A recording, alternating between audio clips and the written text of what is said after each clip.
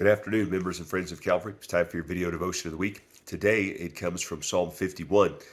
Psalm 51 is, of course, when David is getting right with God after his dalliance and sin with Bathsheba and trying to cover it up, whatnot. And he's pouring his heart out to God. He's getting right with God. He says things like, "Wash me thoroughly from mine iniquity, cleanse me from my sin, have mercy on me. Thou desirest truth in the inward parts. Purge me with hyssop, and I shall be clean. Make me to hear joy and gladness. Hide thy face from my sin. Blot out mine iniquities. Create in me a clean heart."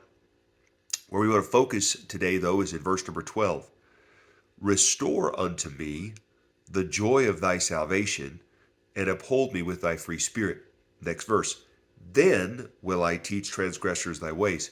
So really in verses 1 through 12, he's making requests of God in various ways to clean him, to restore him, to help him, forgive him, purge him, wash him.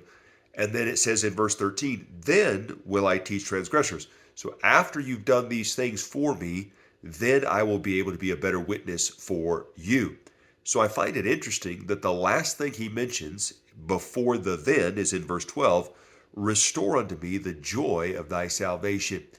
Joy is one of the benchmarks. Joy is one of the evidences of us being right with God.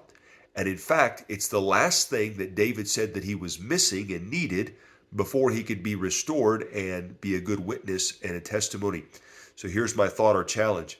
If that's the last thing that David needed to be able to be restored and be right, could it possibly be that that's one of the first things that will leave us when we start to do wrong?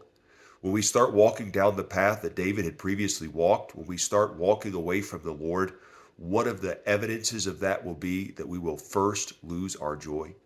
And so a challenge today. I know it's the time of joyful and triumphant and peace on earth, joy, goodwill toward men, all of those things. But stop for a moment and just contemplate how joyful you really are in Christ.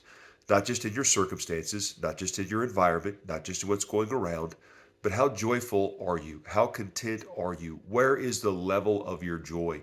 As it is one of the surest indicators of where we stand with God. It was the last thing David needed to be restored. It is likely the first thing that will leave us when we start heading towards destruction. I trust you'll have a good day. I trust you'll have a joyous day, and that we'll be joyous people as we serve our God.